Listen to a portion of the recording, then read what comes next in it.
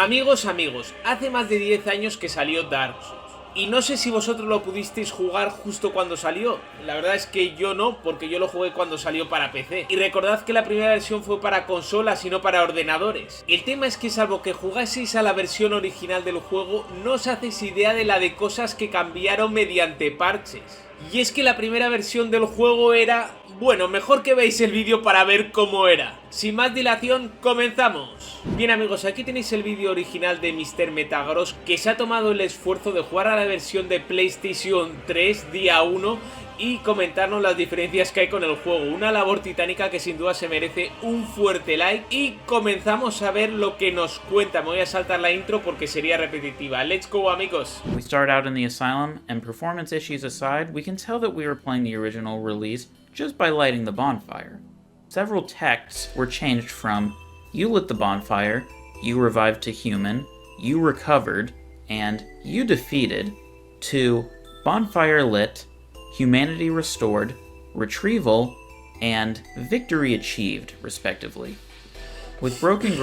En definitiva, cambiaron los textos porque la traducción era muy cutre al inglés, amigos. Once I'm in Firelink, a couple of changes stand out immediately. First is that the body on this well gives us only one humanity instead of 3 you'd get in the definitive version. Una humanidad en vez de 3, pero lo que es más importante... Leveling up is kind of odd as it doesn't tell us how many souls we need for the next level, just how many we'll be spending on it. O sea, mejoraron el menú para ver qué almas necesitamos para subir de nivel. And while the run to his arena is business as usual, I immediately notice something huge.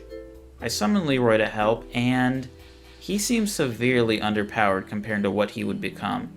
So I guess they had to buff the phantoms in general. I confirmed this when I fought the Moonlight Butterfly, and Beatrice did way less damage. Interesting that they felt the need to beef up the summons later. Decisión bastante curiosa e incluso un poco controversial, porque realmente los fantasmas que te ayudan en este juego, sobre todo los dos que ha mencionado, el paladín Lerón y la bruja Beatriz, están súper OP, y a la versión original no lo estaban. Y yo no sé si esto ha sido una mejora o un empeoramiento, la verdad, decidme en comentarios. Anyways, back to Pinwheel. We almost died, but we're able to grab the victory. Now we can get a reward of 3,000 souls! For those of you who don't know, Definitive Pinwheel gives 15,000 souls. This is a common theme for the original version of the game. I'm not kidding. The amount of souls enemies and bosses give you in this version was so bad, they had to increase the souls you get by a lot. Lo que está comentando es que la versión original del juego, las almas que te daban enemigos y jefes era bajísimo. Y ha puesto este ejemplo que es impresionante porque multiplicaron las almas por 5 amigos. The gargoyles usually give you 10,000 souls for your troubles. Here though, 1,500. Yeah, if you're wondering if this sounds like a slog, I can tell you it absolutely is. While the gameplay itself is still fun and enjoyable, getting the levels you need feels like an absolute chore to play, and I'm glad they made the changes they did. Comenta que el problema es que como te daban tan pocas almas, pues subir de nivel costaba un huevo, y por tanto la dificultad de la versión día 1 era mucho más difícil que la actual. However, it's not all bad. In fact, we've got our first piece of equipment that was much better originally. I got the Father Mask this run. All the masks Pinwheel dropped were a bit better, which is nice. Anyway, let's get out of here using the... Oh. Yeah, it seems like something we take for granted now, but bosses don't really drop humanity or homeward bones. This quality of life improvement means we'll either have to get out of here manually or using the dark sign and losing the little amount of souls we have. Muy interesante esto, y es que es un detalle bastante curioso, pero los jefes te suelen soltar humanidad y sobre todo huesos de regreso. Y si no los tienes, pues te fastidias bastante y el juego se vuelve bastante más complicado. Making my way to the bird, I also realized something else. Enemies seem to detect you way earlier and follow you for much longer. This was something they eventually toned down a bit, but let's just say this will absolutely be relevant for later. Bueno, el tema es que los enemigos te detectaban de mucho más lejos y te perseguían, por lo cual aumentaba también la dificultad. Vemos que la versión original del juego era mucho más difícil que la actual. Also, hollows like to close this door in the original version, which is neat, I guess. ¡Cierra la puerta! En la versión original te cerraban la puerta de esto. Eso me parece bien, no sé por qué no lo han quitado. After getting to Andre, we can see that they added a lot to many of the shops in the game. Andre doesn't sell arrows in this version.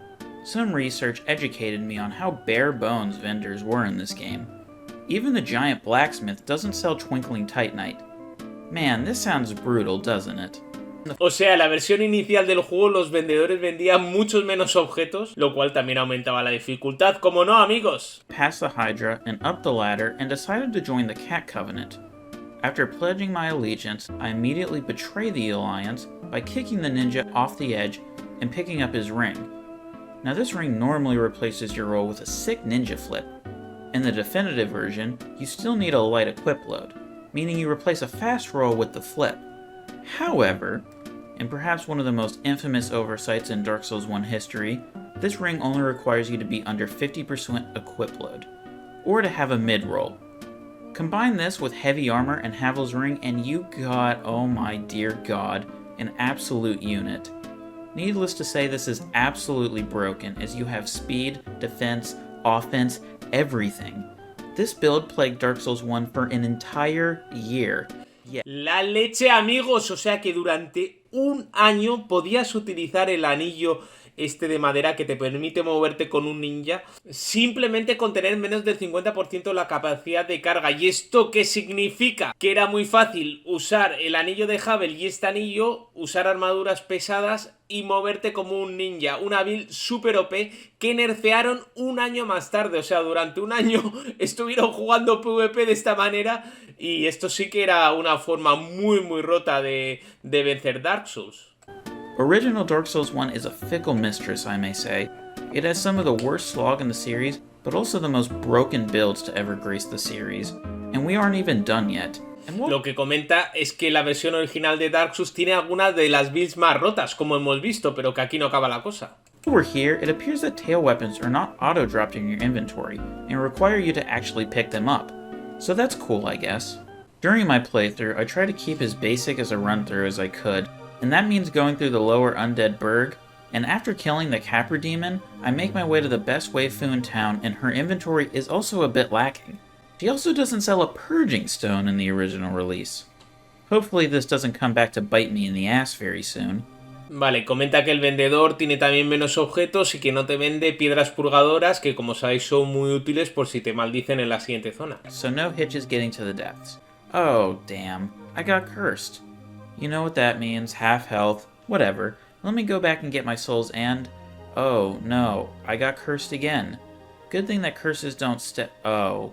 Yeah, so curses stack in the original version? La leche, amigos, o sea que las maldiciones iban sumando y esto te podía hacer que acabara tu partida, porque encima si no sabías cómo resolverlas te quedarías con tan poca vida que se finía, amigos. For you, I did as much testing as I could, and you can only stack curse 4 times, which means we are operating with 1/16 of the health, and... Bueno, solamente se acumula la maldición 4 veces y te quedas con este pedazo de vida que, bueno, te matan de un golpe, amigos. Yeah, even with all this hefty armor, even the slightest breeze takes us down. I did this for fun, but let me tell you that this was anything but. I got stuck here for about an hour trying to escape, and once I did, well, wouldn't you know it, she doesn't sell that very convenient purging stone. So my only options were to venture down into New Londo to find Ingward, where I would be one-shot by ghosts numerous times, or trade a cracked red-eye orb with Snuggly for the cure. And I went for the easier option.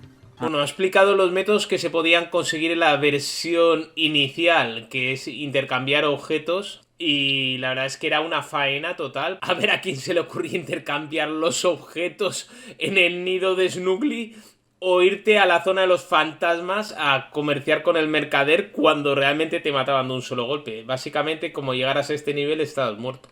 Imagine countering the curse mechanic. You get your HP halved, and most players probably thought that was it. And upon dying to Basilisk again, was met with a fate worse than death with 1/4 of their HP.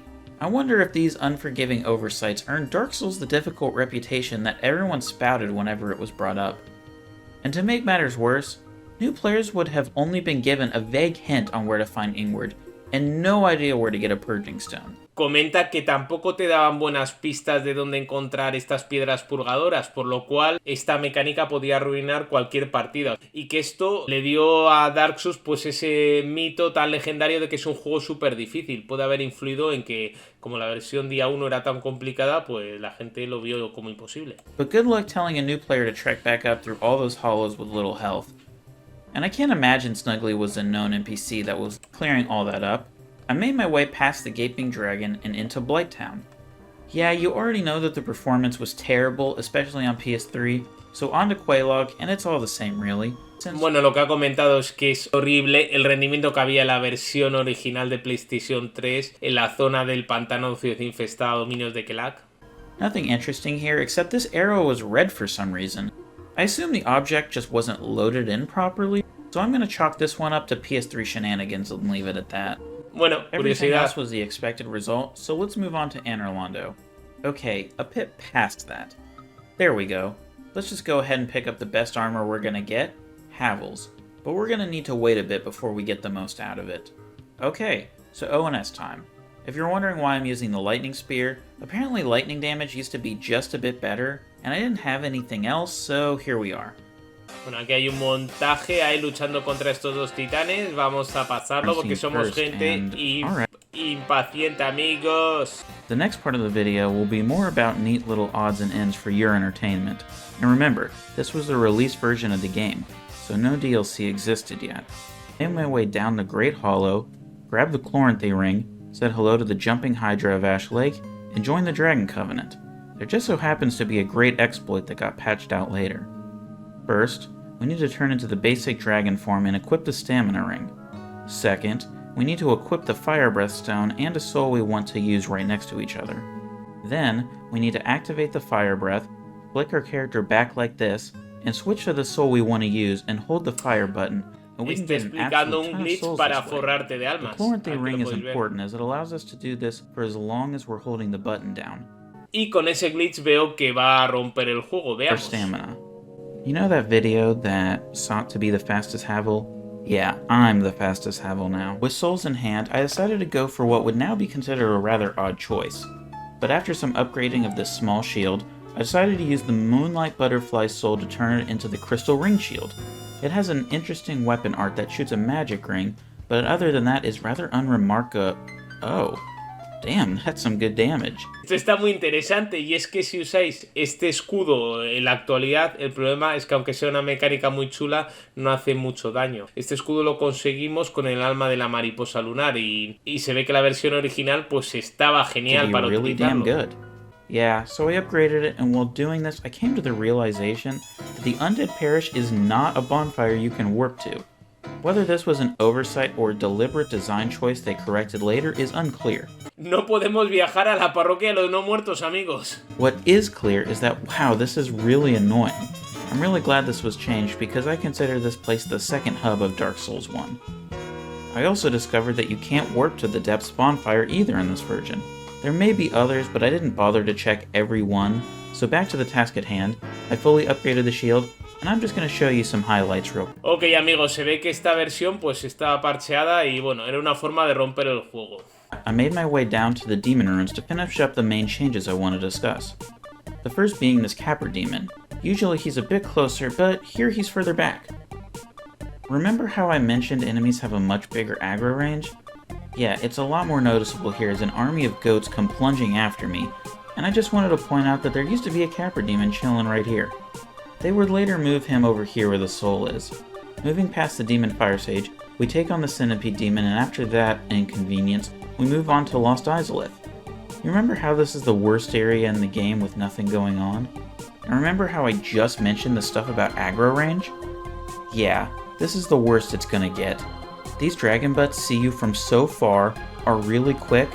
Está comentando que como los enemigos tenían un agro mucho mayor, te detectaban súper rápido, te perseguían mucho antes que en el juego parcheado, pues esta zona se convirtió en un infierno. Era mucho más complicado de superar al tener que enfrentarte a los famosos culos de dragón de Borch. Bien, amigos, vamos a ver la conclusión final de este youtuber, aunque ya podemos ver que la versión original de Dark Souls estaba súper mal balanceada y era mucho más difícil que lo que podemos jugar hoy en día.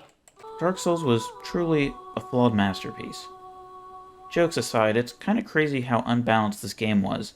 Even though it's my favorite, I don't recall any of the other games having this much change to the core experience like this one did. While it did have some fun stuff going on, a lot of it was more broken than engaging, and the bad was not fun at all, really. Playing this version makes me really appreciate what we have today in Dark Souls 1, and the series as a whole. ¿Qué os ha parecido la versión número 1 de Dark Souls? A mí me ha sorprendido muchísimo y lo cierto es que los parches han mejorado muchísimo la versión final del juego. Espero que hayáis disfrutado con este vídeo, os dejo otro en la pantalla que os gustará y hasta luego.